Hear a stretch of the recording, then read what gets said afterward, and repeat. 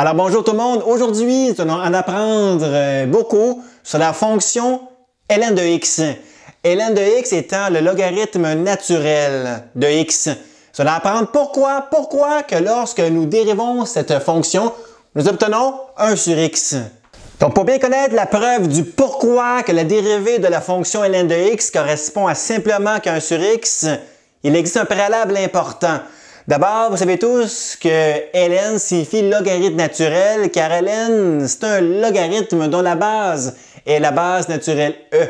D'où la proposition suivante correspond à ce que je viens de vous dire, qui dit que lorsque nous avons une fonction du style e à une fonction en termes de x, sa dérivée correspond à celle-ci. Pour mieux maîtriser ce préalable, voici un petit exemple que j'invente. Admettons que la fonction f de x, elle correspond à la fonction e à un terme d'une fonction en termes de x du style x4 moins 3x.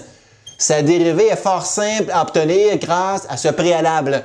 Je n'ai qu'à laisser intact au départ ma fonction d'origine, c'est-à-dire e exposant x4 moins 3x, et on va multiplier le tout par la dérivée de mon exposant, c'est-à-dire on va dériver x4 moins 3x dans quelques instants. C'est-à-dire ma dérivée f de x prime de x, dis-je bien, correspond, je traîne de nouveau e à la x4 moins 3x. La dérivée d'un polynôme correspond à dériver indépendamment chacun de ces monomes. Donc, multiplier complètement par d'abord la dérivée de 4x4 qui serait, plutôt de x4 qui serait 4x3, pardon. La dérivée de moins 3x serait bien sûr ici moins 3. Donc, voici grosso modo la dérivée de ma fonction ici f de x. Maintenant, nous sommes arrivés à la fameuse preuve. Je vous convainc par cette belle preuve que la dérivée de la fonction ln de x correspond à 1 sur x. Pour cette preuve, nous allons partir avec l'affirmation suivante. Y égale à ln de x. Puis à la fin de la preuve, vous allez voir par la magie des mathématiques que la dérivée de ln de x va correspondre à la fin de ma preuve à 1 sur x. Je dis parenthèse, c'est triste, mais des fois on apprend tout par cœur. Donc on apprend tout par cœur comme dans l'expression ici. ln de x, la dérivée, on l'avait appris par cœur que c'était 1 sur x. Mais aujourd'hui, je vais prendre le temps de vous le prouver. Donc, allons ensemble. Deuxième étape, je vais juste réécrire mon logarithme naturel. Car ln signifie, oui, un log. Mais un log dont la base n'est pas n'importe laquelle. C'est clairement la base naturelle e. De encore, mon fameux argument ici, x. Donc, j'ai juste changé en ma première étape vers ma deuxième, le ln en son synonyme log en base e. Je continue. Troisième étape, je vais changer bout pour bout, comme on dit, oui, mon expression logarithmique vers sa réciproque. La réciproque d'une fonction log est clairement l'exponentielle, qui dit base à l'exposant égale puissance. La base de l'expression suivante est clairement ici la base e. La base à mon log correspond aussi à la base à mon exposant. L'exposant, ce n'est pas n'importe quoi. Un log est par définition l'exposant. Un log est l'exposant. Donc, y est donc mon exposant ici. Donc, e à l'exposant y égale une puissance. La puissance correspond à l'argument dans mon logarithme. C'est ici, la puissance étant l'argument x. Donc, ici, transfert vers réciproque l'exponentielle. Quatrième étape, je vais juste changer y par qu'est-ce qu'il correspond. Selon ma première étape, y était égal à ln de x. Donc, transférons juste en termes d'exposant y qui vaut donc ln de x égale toujours ici mon membre de droite inchangé x. En la cinquième étape, je vais dériver chacun des membres de mon équation.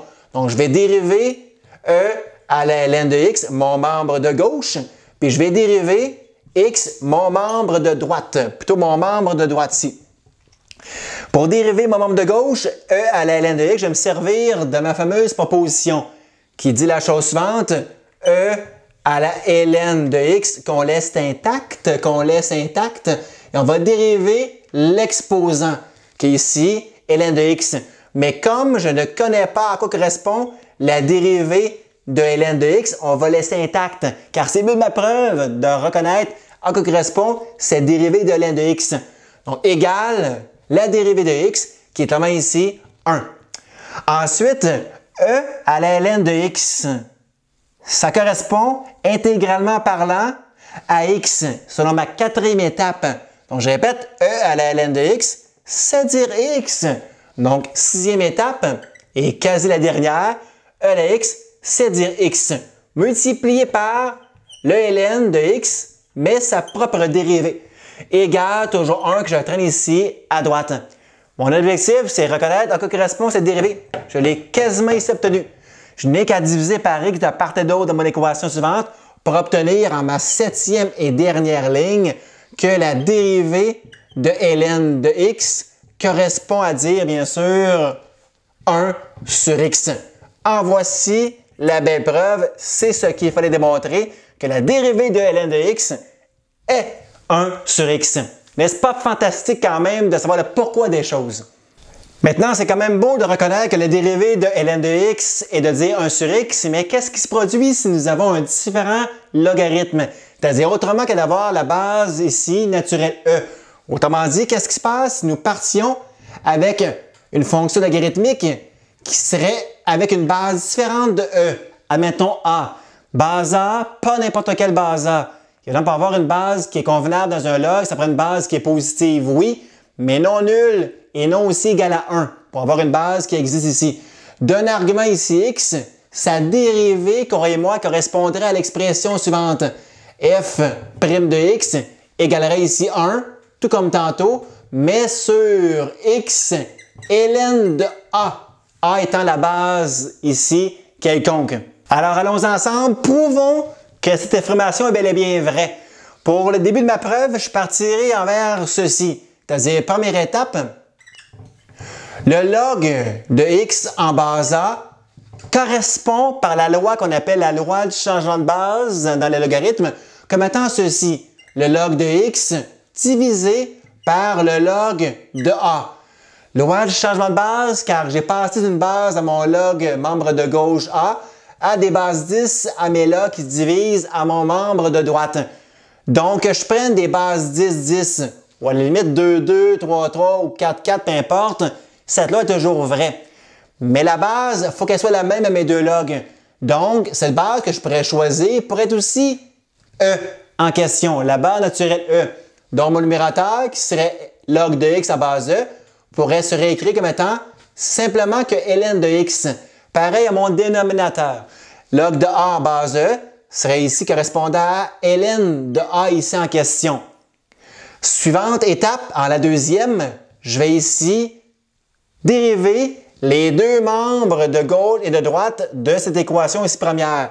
Donc, dérivons le côté gauche, le log de x en base a, en laissant le taux intact. Égal, on va dériver le membre de droite, c'est-à-dire ln de x sur ln de a. Mon objectif, c'est savoir à quoi correspond la dérivée de log de x en base a. La fin de ma preuve va me convaincre que cette dérivée équivaut à 1 sur x ln de a. Allons donc, pour ce faire, remanier un petit brin le membre de droite de mon équation. La dérivée d'un quotient, c'est par la proposition suivante, correspondant à la troisième étape, envers ceci. La dérivée de mon numérateur, ln de x, laissant par après le dénominateur intact, soustrait avec mon numérateur intact, on va dériver par après le dénominateur, c'est-à-dire ici ln de a, le tout sur ln de a, bien sûr, au carré. Dérivé de quotient. Ensuite, quatrième étape pour parvenir à trouver à quoi correspond cette dérivée, mais je vais remanier un petit peu mon membre de droite. La dérivée de ln de x, par la preuve de mon début de capsule, est clairement ici 1 sur x. Multiplié par ln de a, ici intact. Soustrait avec cette expression. Mais comme a est une constante, la dérivée d'une constante est toujours nulle. Nulle fois ln de x, j'aurai ici que le terme serait bien sûr ici 0 en bout de ligne. Donc moins 0, bien sûr, ça ne sert à rien. On va laisser ici intact tout ceci qui s'annule, bien sûr. Mon numérateur reste donc 1 sur x fois ln de a. Le tout à diviser par mon gros dénominateur, c'est-à-dire ici ln de a complètement élevé au carré. En la cinquième étape, pour parvenir presque à mes fins, ce ln de a, facteur commun avec un ln de a, facteur aussi au dénominateur. Donc, j'obtiens au numérateur simplement que 1 sur x. Le tout à diviser par, il m'en reste qu'un seul ln de a ici, à mon dénominateur. Donc, ma dérivée, pour être très clair, que je vais réécrire ici, c'est-à-dire log de x en base a. Donc, cette dérivée correspond presque à ceci. Bon, on va lire ce membre de droite de mon équation. En fin de compte, voici ma dernière étape, c'est-à-dire ici la sixième, que ma dérivée correspond à 1 sur x sur ln de a. C'est clairement égal à dire 1 sur x ln de a. Voici la fin de ma preuve, ce que je voulais arriver ici en bout de ligne pour cette belle preuve. Bien sûr, j'ai une petite parenthèse parce qu'on me disait à comprendre d'où sort le 1 sur x sur ln de a comme étant l'équivalent à une seule fraction 1 sur x ln de a. J'aurais pu le remanier ici, c'est-à-dire ici que 1 sur x est à diviser par ln de a. Mais ln de a, c'est comme dire sur 1. Lorsqu'on prend un numérateur et qu'on le divise complètement par un dénominateur qui est une fraction, c'est comme dire fois son inverse. Donc, fois l'inverse de ln de a sur 1 est également 1 sur ln de a. Ce qui vous convainc bien sûr que cette expression suivante correspond directement à celle-ci. Donc, voici la belle preuve qui prouve que la dérivée d'une expression ici, une fonction logarithmique, correspond bel et bien à 1 sur x ln de a, a étant la base. Bien sûr, dans vos cours, vous aurez appliqué ces deux propositions de deux dérivées de fonctions logarithmiques. Pour montrer que c'est simple, voici un premier exemple. Au départ, admettons que je vous invente la fonction suivante, f de x égale à, bon, j'invente 7x ln de x. Donc, on doit considérer pour trouver la dérivée de cette fonction, mais ce produit entre 7x et ln de x par la proposition qui part de la dérivée d'un produit. Donc, allons-y de manière intacte, c'est simplement que la dérivée d'un produit, c'est simple. On dérive premier facteur, laissant l'autre facteur intact, sommé avec le premier facteur intact, multiplié par la dérivée du second facteur. Il est temps que j'aille m'acheter un crayon feutre, bien sûr. Donc, j'y vais donc bêtement. La dérivée de cet x est clairement 7 multiplié par ln de x, que je rapporte ici, plus 7x. La dérivée de ln de x, on l'a prouvé tantôt ensemble, c'est clairement 1 sur x. Donc, fois 1 sur x en bout de ligne. Donc, laissons intact 7 ln de x plus 7x sur x. Il reste juste, bien sûr, le terme 7. Parfois, les profs veulent beaucoup qu'on factorise ce que c'est factorisable. 7 ln de x plus 7, facteur 7 à mettre en évidence simple. J'obtiens le facteur ln de x plus 1. En bout de ligne, voici la dérivée de ma fonction, la dérivée, oui, de ma fonction f de x. Évidemment, la deuxième proposition est très simple lorsqu'on l'applique à une fonction logarithmique de base. Admettons que j'ai la fonction suivante, f de x égale à le logarithme de x en base quelconque 3 ici. Donc, je n'ai qu'à appliquer bêtement ici pour trouver sa dérivée, la proposition. Donc, peu importe la base, c'est très simple.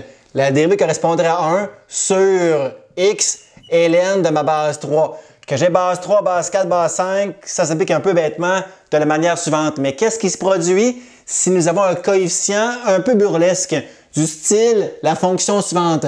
F de x égale à, j'invente carrément 3x carré plus 5x devant totalement un log, admettons, de x. Trouvons donc la dérivée de la fonction suivante. Sa dérivée correspond, comme tantôt, mon fameux exemple d'auparavant, à la dérivée d'un produit, car j'ai le facteur 3x carré plus 5x et le facteur également à ma droite, log de x. Donc, dérivons le produit suivant. Donc, au départ, je vais y aller de manière très lentement. 3x carré plus 5x, on va trouver sa dérivée, laissant le second facteur intact, plus, on laisse le premier facteur intact, c'est-à-dire ici, 3x carré plus 5x, multiplié par la dérivée de mon second facteur. C'est-à-dire ici, oui, log de x. Chose très simple, la dérivée d'un polynôme correspond à la dérivée de chacun des monomes pris indépendamment. La dérivée de 3x carré est clairement ici 6x. La dérivée de 5x est juste, ici x. Donc, voici la dérivée de mon premier facteur multiplié par le log de x que je traîne. sommer avec ce facteur intact, 3x carré plus 5x. La dérivée de log de x correspond à la manière suivante. Le log de x est clairement ici en base 10. Donc, ce qui correspondrait à dire la dérivée, donc, 1 sur x ln de 10 en bout de ligne. On voit ce qui correspondait grossièrement la dérivée, sans la balayer pour autant ici, de la fonction ici initiale.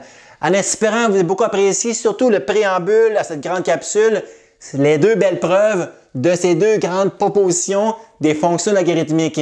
En espérant vous retrouver donc plus tard. À plus!